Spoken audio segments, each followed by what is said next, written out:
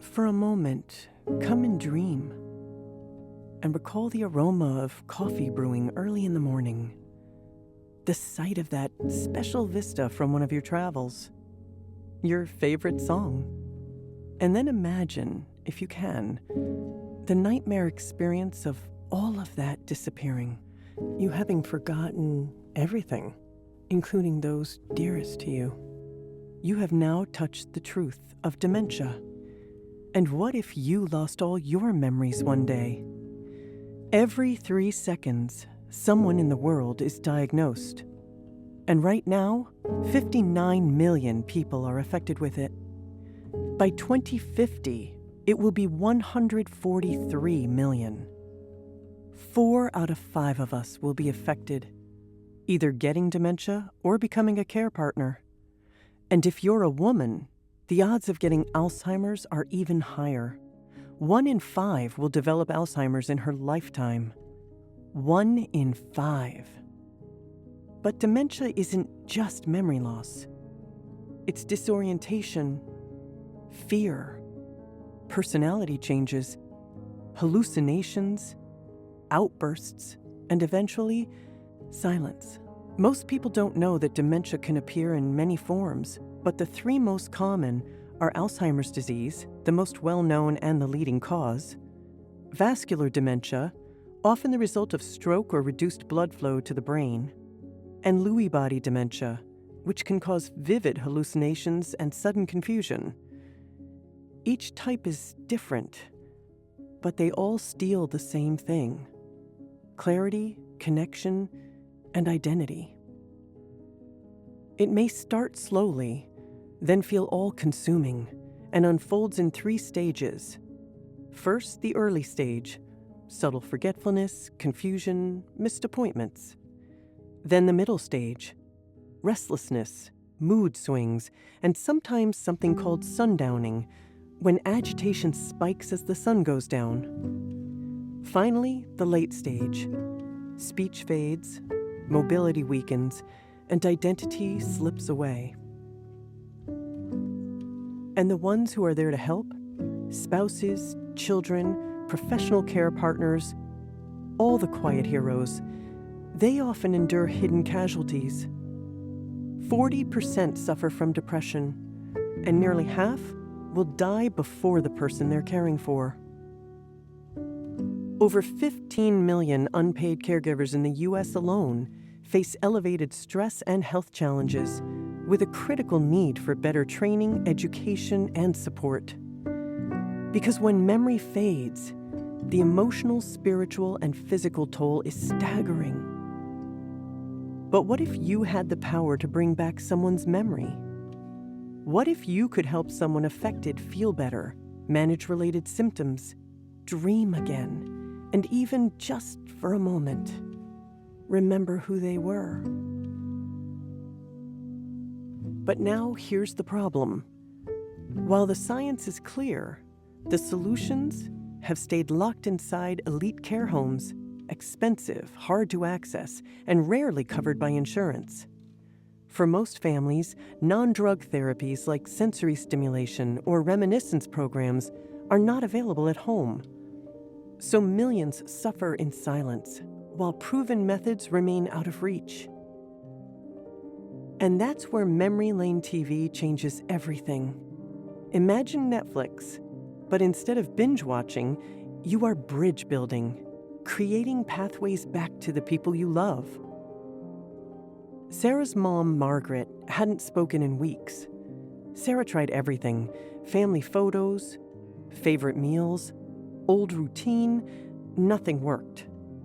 Then one day, a familiar melody played through Memory Lane TV.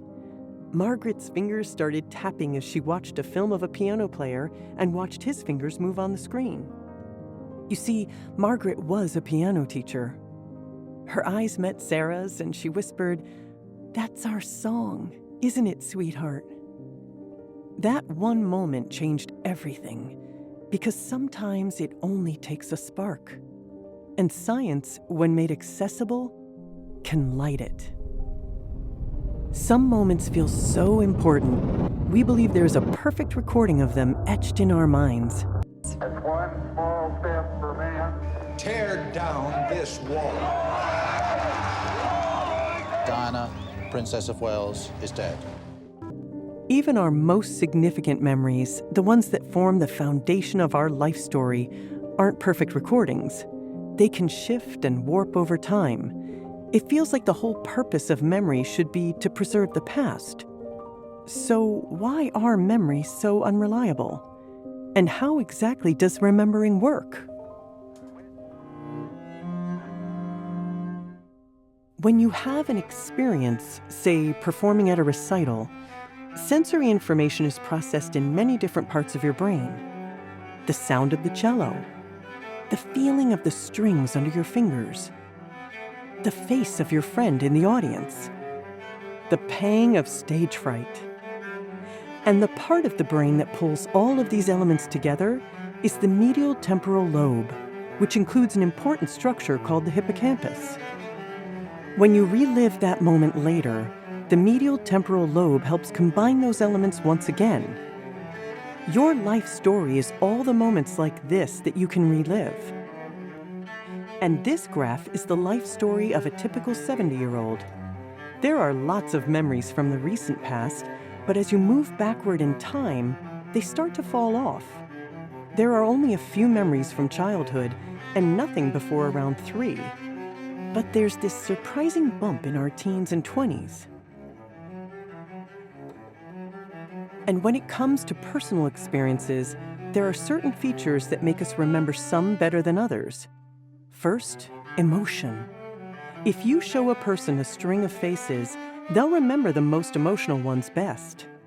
When we have an emotional experience, our amygdala, the emotional center of the brain, which sits right next to the hippocampus, actually upregulates the hippocampus and allows it to form a more detailed and stronger memory. The more that you can associate things you want to remember with structures you already have in your mind, the easier it's going to be to remember. You know, you're creating a narrative. When we go to retrieve that memory, we have almost multiple ways of getting into that memory.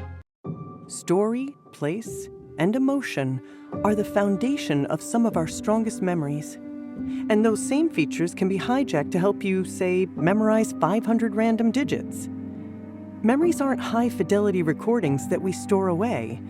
They're more like live performances, created with input from different parts of the brain in the present moment. And some scientists say this simulation engine between your ears does something even more profound. It weaves together memories of the past and dreams of the future to create your sense of self. That sense of self that forms our individuality and the ability of the brain to reconstruct memories or refabricate them is behind Memory Lane TV's intervention. Our multisensory approach uses 50 years of research in neuroplasticity and applies that research to activate certain parts of the brain to recall memories or transform them in a new format as they relate to the life story of the viewer. Through media stimulation, Memory Lane invites the viewer to travel in time and space, to dream. The technology and know-how engages the viewer in a personal sensory voyage through reminiscence therapy using images, sound stimulation, movement, and even scent with an olfactory stimulation option. This unique proprietary know-how combines customization content, circadian rhythm restoration tools, sensory activation, technology, and a person-centered approach. That secret sauce and our unique library of media benefits not only the person living with dementia, but also their entourage by lowering anxiety and stress and redirecting the attention to a quiet place. A familiar place that Marcel Proust described as the translucent alabaster of our memories.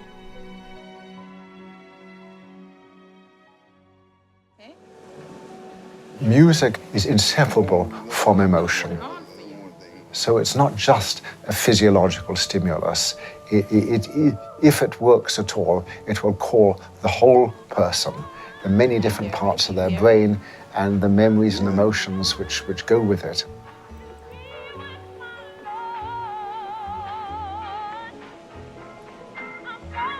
I supposed to sing with this? You can if you like.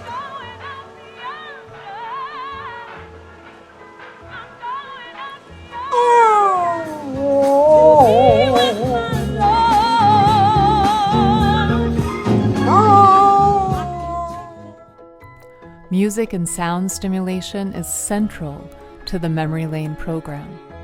We curate the content with specific music and produce musicians who help us design programs that follow our media and can either engage the viewer through a rhythmic vibration, calm them at a moment when they're stressed, or reminisce with music they appreciate and relate to.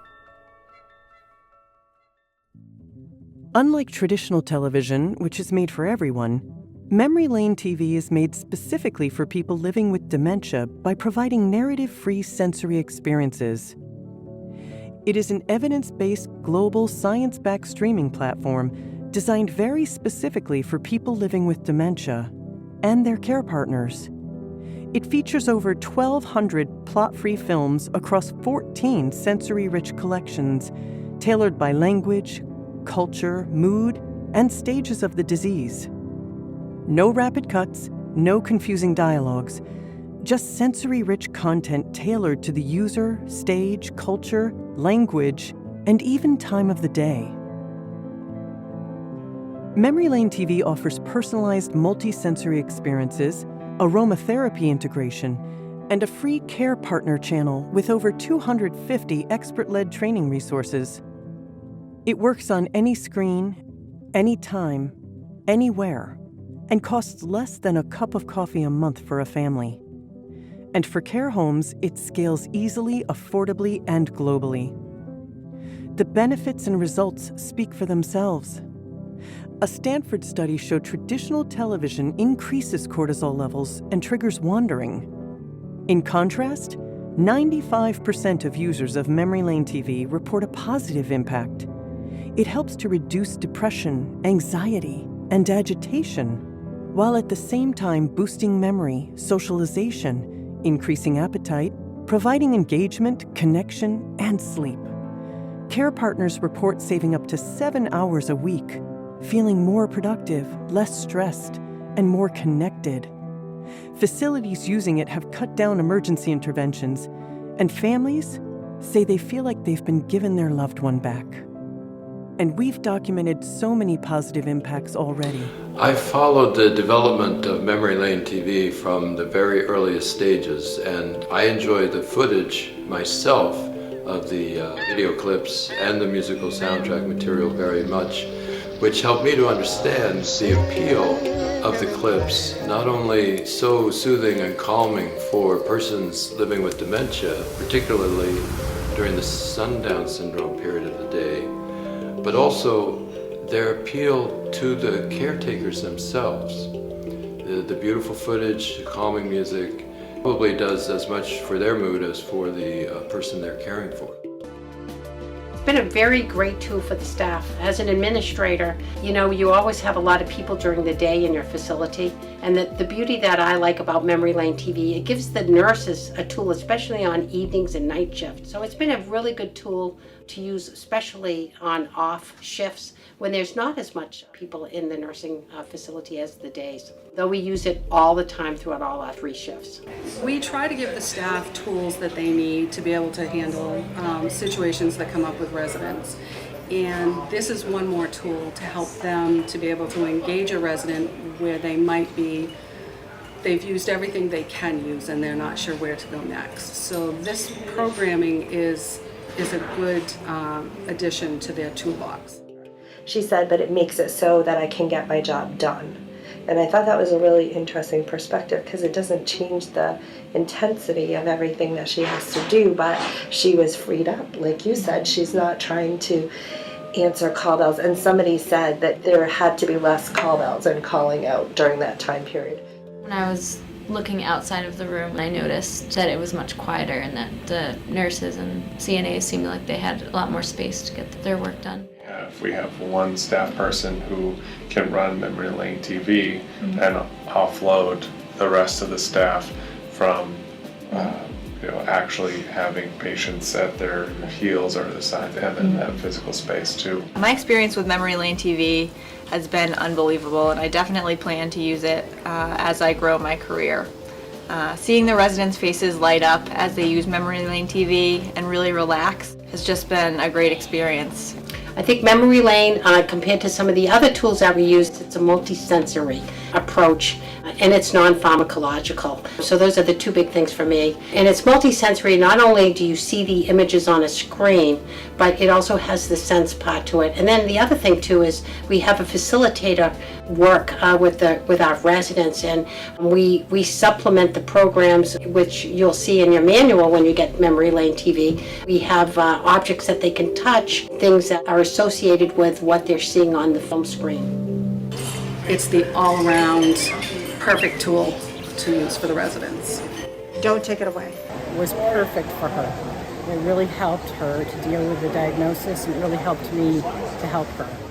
Memory Lane TV was founded by filmmaker Alban Maino, inspired by his grandmother Rosette. He asked a simple but profound question.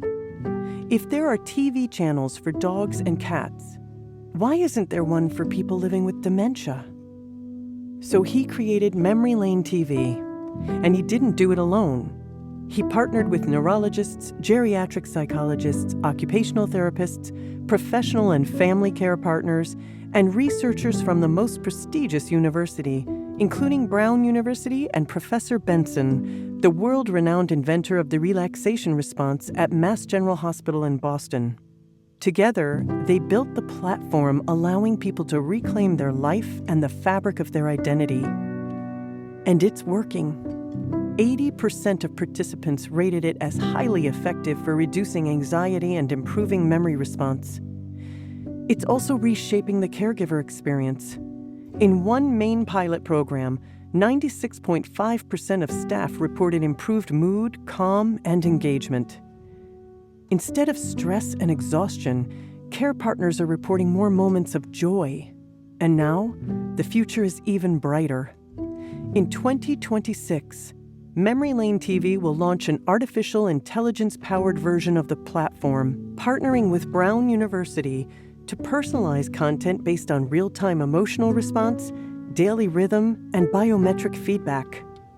This means each person will receive content tailored not just to their diagnosis, but to their mood in the moment. This scalable solution is ready to reach over 57 million lives in need. And here's where you can make a positive change. Millions still don't have access. Some can't afford the subscription. Others live in countries where it hasn't even launched yet. Care homes serving low-income communities may not even know this lifeline exists. This is your invitation to share the message of memory. Whether you are a caregiver, a philanthropist, a potential collaborator, or someone who wants to help democratize dementia care, get in touch today, because when someone forgets who they are, maybe the most powerful thing we can do is help them remember. Give the gift of memory today.